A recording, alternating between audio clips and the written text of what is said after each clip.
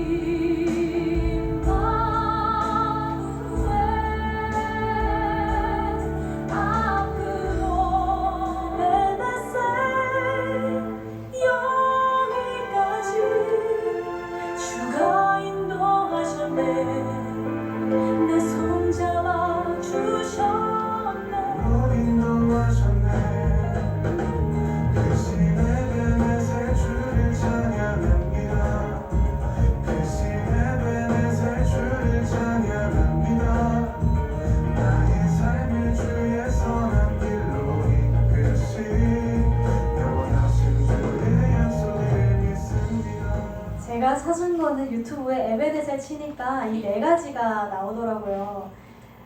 저도 처음 듣는 찬양도 있었고 익숙한 찬양도 있었는데 혹시 이 중에 몇 개 정도 아시나요? 2개 아시는 분? 하나? 아무것도 모르겠어요. 맞아요. 우리가 이 에베네셀 찬양은 참 많이 안 했던 것 같아요. 그죠? 그런데 굉장히 많았습니다. 찬양이. 에베네셀의 원뜻은요. 도움의 돌이란 뜻이에요. 본문에서는 뭐라고 말해요? 하나님께서 여호와께서 여기까지 우리를 도우셨다 하고 에베네셀이라고 설명하고 있어요. 자, 우리가 생각해 보았을 때 이러한 고백을 했다라는 것은 하나님이 우리를 여기까지 도우셨다라고 고백한다라는 것은 이스라엘 백성들이 무언가 승리를 거두었다거나 좋은 기쁜 일이 있었던 것 같아요. 그렇죠? 사무엘상 7장 9절에서 10절엔 이렇게 말하고 있어요. 사무엘이 이 에베네셀 기념비를 세우게 된 배경이 어떠냐면요, 사무엘이 하나님께 온전한 번제를 여호와께 드렸대요. 그리고 이스라엘을 위하여 여호와께 부르짖음에 누가 응답하셨대요? 여호와께서 응답하셨대요. 보니까 블레셋 사람이 이스라엘과 싸우려고 가까이 오되 10절입니다. 가까이 오되 그날에 여호와께서 블레셋 사람에게 뭘 바라셨어요? 큰 우레. 그래서 그들을 어지럽게 했대요. 그래서 그들이 이스라엘 앞에 패했다라고 합니다. 그러니까 하나님께서 이스라엘 백성들에게 응답하셔서 이스라엘 백성들이 부르짖는 소리를 들으셔서 하나님께서 누구를 물리치셨어요? 블레셋을 물리치셨다라는 거예요. 그런데 그리고 그 장소를 에베네셀이라고 정했다는 겁니다. 그런데요, 사실 이 에베네셀은 이스라엘 백성들에게 마냥 기쁜 일만 있었던 곳은 아니었어요. 이스라엘 백성들에게 너무나 아픈 기억이 있고요, 너무나 철저하게 실패한 기억이 가득한 장소가 이 에벤네셀이었습니다. 자, 혹시 에벤네셀이 사무엘상에서 7장 이전에 언제 처음 등장하는지 한번 성경책 좀 이렇게 뒤져서 보시겠어요? 언제 처음 나올까요? 에벤네셀 지명이. 국어 잘하면 이거 빨리빨리 찾아요. 이게 그 맞아요. 국어 잘하면 이게 다 보면서 찾습니다. 몇 장이 제일 빠를까요?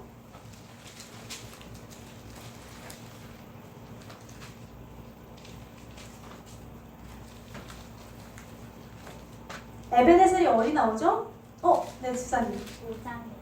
5장, 맞아요. 5장 1절에 나오는데 5장보다 좀 더 빨라요. 5장에도 나오는데 그 전에는 한 번 더 있습니다. 4장. 맞아요. 4장 몇 절이죠? 네, 4장 1절입니다. 우리 4장 1절 함께 읽어볼게요. 시작. 이스라엘 곁에 진치고 블레셋 사람은 아벡에 진쳤더니. 아멘.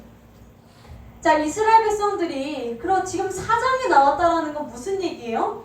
7장에서 이스라엘 사람들이 블레셋이랑 싸운 게 처음이 아니라는 얘기예요. 그죠? 그래서 이 성경을 읽을 때는요, 사무엘상을 읽을 때에는 4장부터 7장을 한 덩어리로 보면 참 우리가 보기 편합니다. 성경을 볼 때는 이야기가 어디서 시작하고 어디서 마치는지를 봐야 이 내용 속에서 무슨 이야기를 하나님께서 말씀하시고자 하는지를 알 수가 있어요. 자, 4장에서 누구랑 싸웠대요? 이스라엘 백성이? 네, 블레셋이랑 싸웠대요. 이 이스라엘 사람들은 어디에 진을 쳤대요? 에베네셀이요. 블레셋 사람은요? 아벡이요. 자, 그렇다라는 것은 지금 이스라엘 백성들이 에베네셀 기념비를 딱 세우기 이전에도 거기에서 싸움을 했다라는 건데, 이 전쟁이 어떻게 됐을까요? 한번 생각해보면 어떻게 됐을까요? 네, 졌어요. 맞아요. 이스라엘의 영원한 적 블레셋과 이렇게 전쟁을 벌였을 때 이 전쟁에서 이스라엘 백성들이 4,000명이 죽습니다. 자, 그런데 이때 이스라엘 사람들이 이제 생각을 하는 거예요. 장로들이 와가지고 막 고민을 해요. 뭐라고 하냐면, 여호와께서 어찌하여 우리들에게 블레셋 사람들에게 패하게 하셨는가? 여호와의 언약궤를 우리에게로 가지고 오자. 그걸 가지고 싸우자. 그래서 우리를 이 블레셋 손에서 구원하게 하자라고 막 회의를 해서 이야기를 했습니다. 근데 블레셋 사람들이 이 언약궤가 딱 오니까 너무 무서운 거예요. 왜냐면 블레셋 사람들도 소문을 다 들었거든요. 이스라엘의 하나님이 애굽을 떼죽음을 시켜서 이스라엘을 끌고 나왔다라는 것을 소문이 다 돌았어요. 거기에 블레셋 사람들이 처음에는 이스라엘을 만만하게 보다가 언약궤가 탁 오니까 두려워 떨기 시작합니다. 자, 그런데 이 두 번째 전쟁 누가 이겼을까요? 블레셋이 또 한 번 더 이깁니다. 우리로 하여금 우리로 생각하자면 이 성경책 들고 전쟁터에 나간 건데요. 졌어요. 집니다. 그러니까 또 이렇게 생각할 수 있죠. 성경책 들고 나가 너무 부족 같으니까 우리가 처음에는 예를 들어 전쟁에 그냥 나가서 싸웠다가 지고 왔어요. 그래서 우리끼리 베데스다끼리 막 회의를 한 거예요. 뭔가 잘못됐다. 이번엔 뭘 해볼까? 작전 기도를 해볼까? 21일 작전 기도를 딱 한 거예요. 그리고 다시 전쟁을 나간 거죠. 근데도 진 겁니다. 심지어 이 전쟁에서는요 3만 명이 죽습니다. 3만 명이 죽고요. 엘리 제사장과 엘리 제사장의 두 아들 홈니와 비느하스가 죽고요. 비느하스 아내가 아이를 낳는데 그 아이의 이름을 이렇게 짓습니다. 영광이 이스라엘에게서 떠났다라는 이가봇이라 짓습니다. 지금 이스라엘의 상황은 어떠냐면요. 하나님의 영광이 이스라엘을 떠났다라는 거예요. 우리가 여기서 한 가지 잠시 깨닫게 되는 것은요. 하나님은 우리의 이용 대상이 아니라는 겁니다. 이스라엘 백성들이 고민한 것을 보면요. 실패를 하나님 속에서 찾으려고 애쓰기는 했어요. 그렇죠? 그런데 뭔가 방향이 잘못된 고민이었다라는 것을 우리는 알 수 있습니다. 이들은요. 하나님의 법궤를 이용하려고 했지 하나님의 법궤 앞에 신실하게 서려 하지 않았습니다. 3장에서 계속 보면 알 수 있는데요. 이스라엘 백성들이 하나님의 음성을 듣지 못한 채로 긴 시간이 흘렀다라고 성경에서 말하고 있어요. 이스라엘 백성들은 계속해서 우상과 계속해서 죄악을 범했고 그런 가운데 하나님 앞에 그 법궤 앞에 신실하게 서는 것이 아니라 도리어 이 법궤를 어떻게 이용할까? 하나님을 어떻게 이용하여 이 전쟁을 어떻게 승리할까를 궁리하고 있었다는 것이죠. 우리가 때때로 우리들의 어려움이 있을 때 하나님께 나아오곤 합니다. 너무나 귀한 자세죠. 그러나 우리가요. 하나님 앞에서 신실한 예배자로서 하나님 앞에 신실함으로써 나오는 것이 아니라 여전히 회개 없이 죄악 가운데 머물러 있으면서 하나님을 이용하려 할 때가 너무나 많다라는 것입니다. 하나님은 우리들의 이용 대상이 아니기에 하나님의 영광의 능력은 우리를 떠나가게 됩니다. 이에 비해 7장에서는 굉장히 달라진 이스라엘 백성들의 모습을 봅니다. 우리 7장 3절에서 4절 우리 가장 먼저 찾으시는 분이 한번 읽어주시겠어요?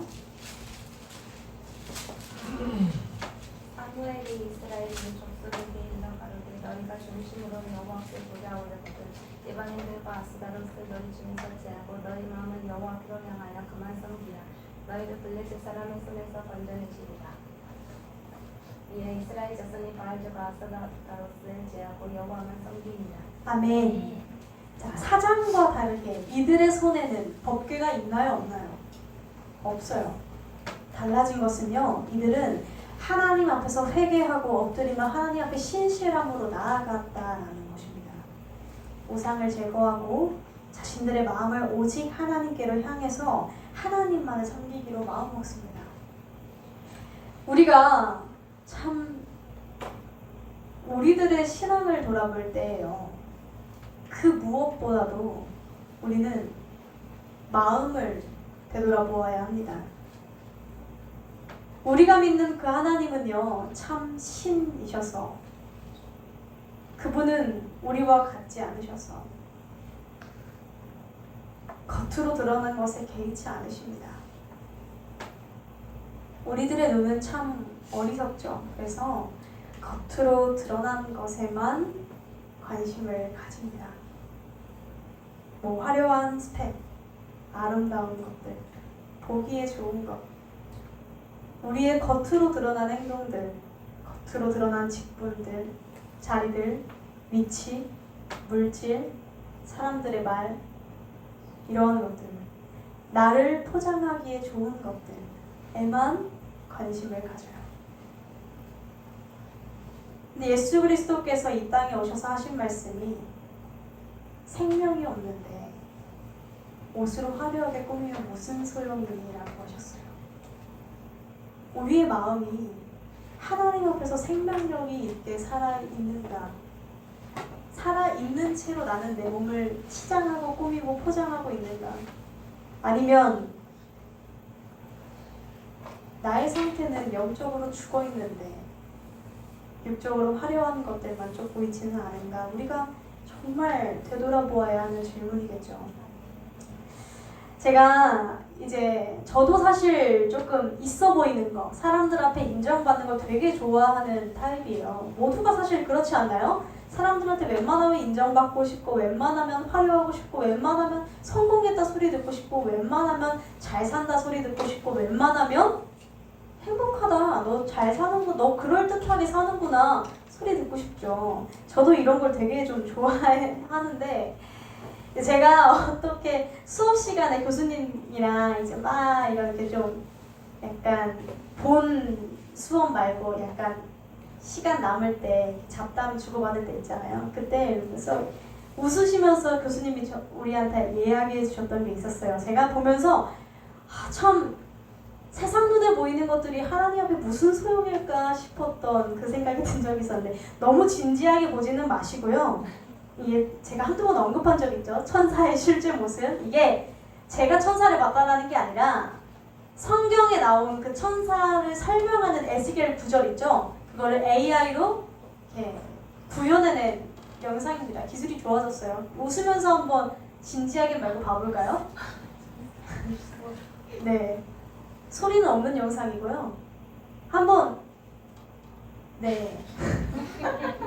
제가 보여드렸던 것 같아요. 그죠? 그리고 마지막까지. 네.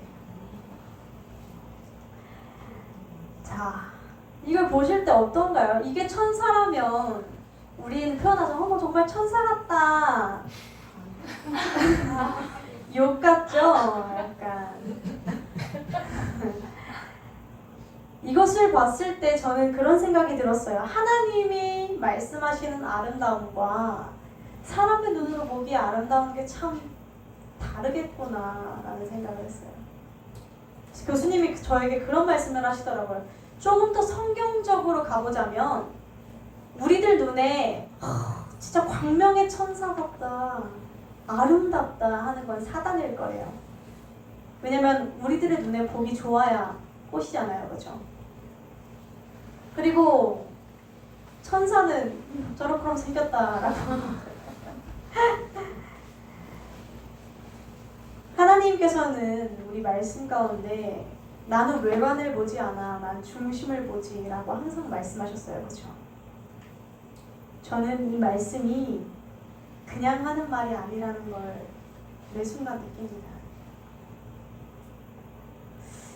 하나님께서는요, 정말 마음을 보십니다. 하나님께서는 정말 중심을 보십니다. 때때로 그런 생각을 했던 적이 있습니다. 제가 이제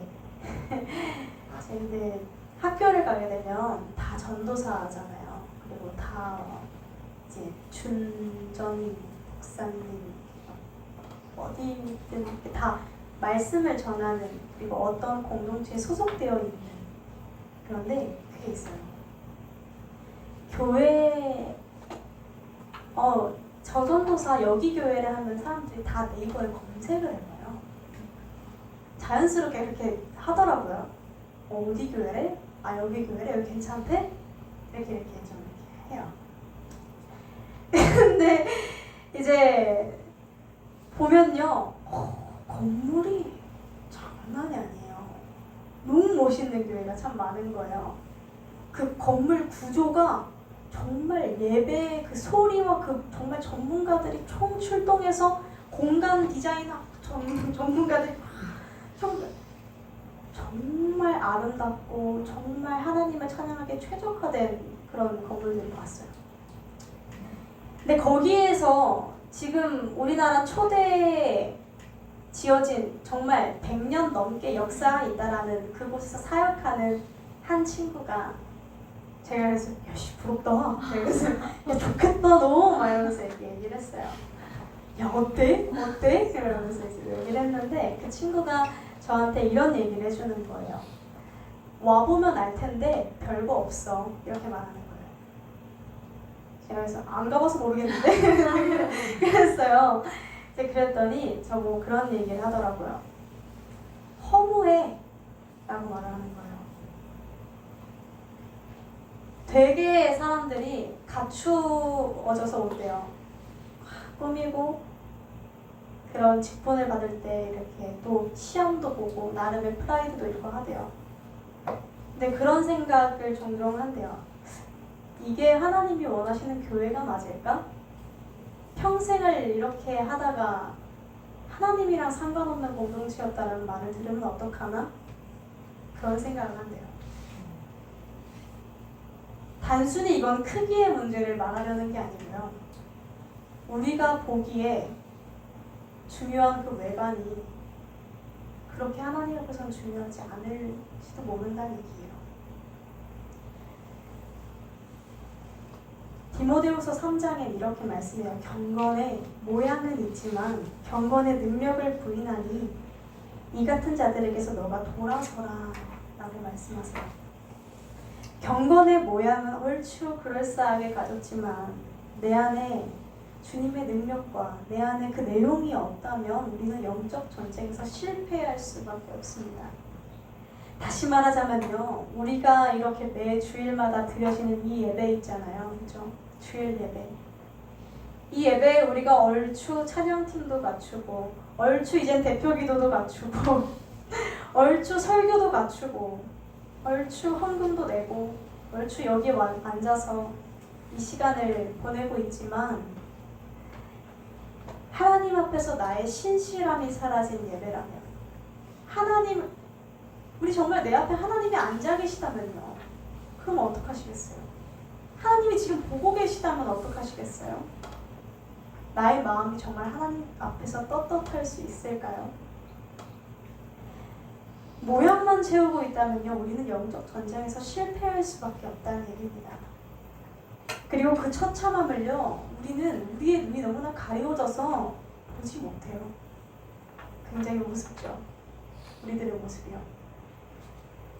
다시 본문으로 돌아와서 우리가 조금 생각을 해보자면, 이스라엘 백성들에게 블레셋 어떤 존재였냐?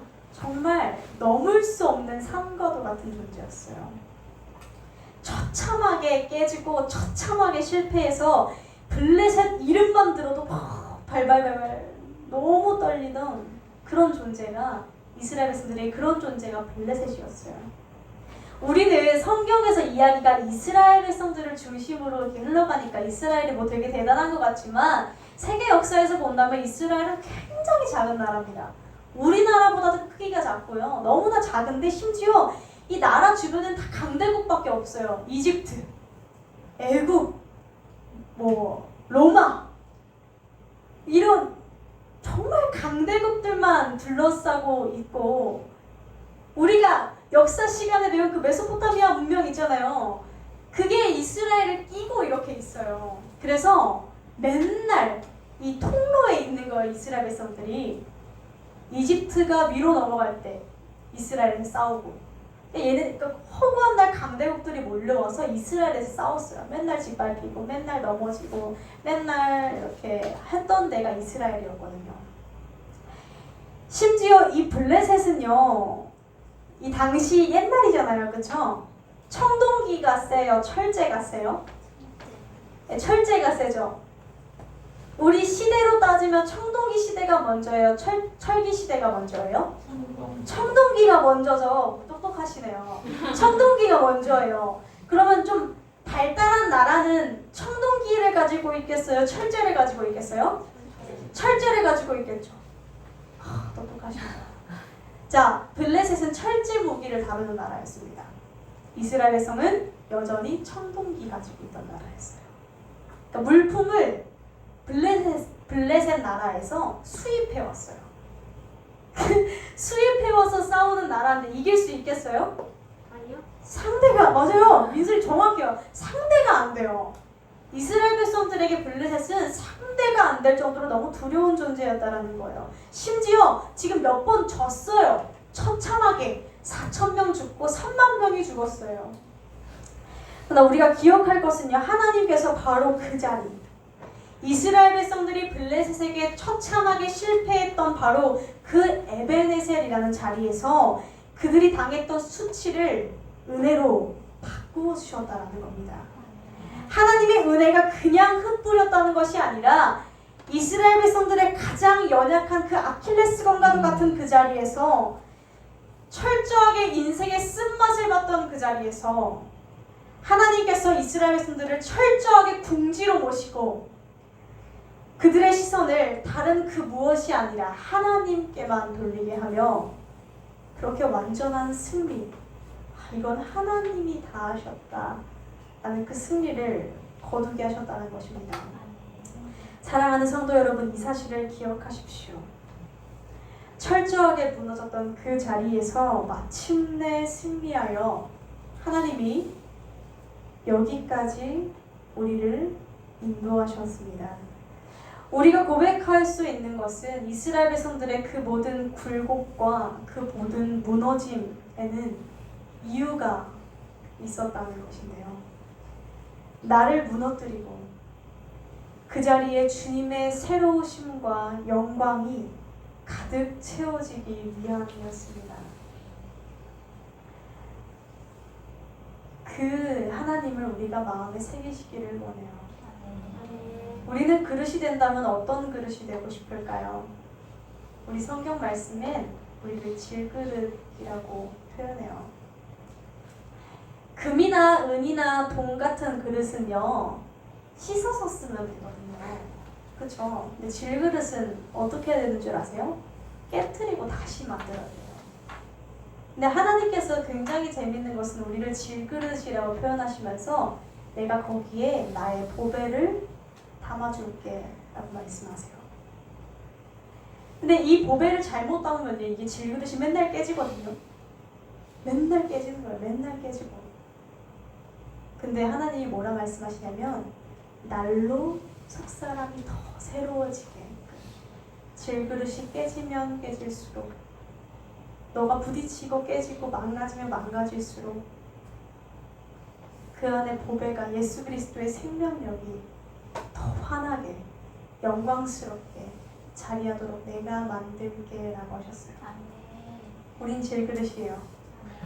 깨지는 게 생각보다 제일 싫죠. 수치를 마주하는 것도 무너지는 것도 참 싫습니다. 하나님 앞에서 손해보고 싶지 않죠. 적당히 손해 좀 보세요. 손해 좀 봐야 하나님이 하세요. 이게 되게 웃긴 게 손해를 좀 봐야 하나님이 하시더라고요. 근데 원금 회복 수준이 아니에요. 그런 것 같아요. 하나님은 늘상 그런 것 같아요. 이게 경험해 보면 아는 것 같아요. 단순히 물질을 갚아준다라는 느낌보다 말로 형언할 수 없는 은혜를 허락하시는 것 같아요. 그 하나님을 만나시길 권면드립니다. 사랑하는 성도 여러분, 우리가 말씀을 마무리하고자 합니다. 우리가 에베네셀이라는 이 기념비를 세우는 것은 우리가 안식일을 지키는 것과도 같은 맥락을 가집니다. 우리가 매주 주일날 이렇게 모이는 이유는 안식일을 지키기 위함이죠. 그런데 이게 에베네셀처럼 중간 매듭을 짓는다고 생각하면 좋을 것 같아요. 우리가 안식하면 오해하는 게 있는데 우리 몸뚱이만 이렇게 쉬는 걸 안식이라고 오해해요, 사람들이. 네, 그런데 그게 아니에요. 우리가 진짜 이 비유를 한 선교사님이 해주셨는데 주말이 되고 월요일을 생각했을 때 어떠세요? 월요일 생각하면 어때요, 여러분? 네, 뭐라고요? 네?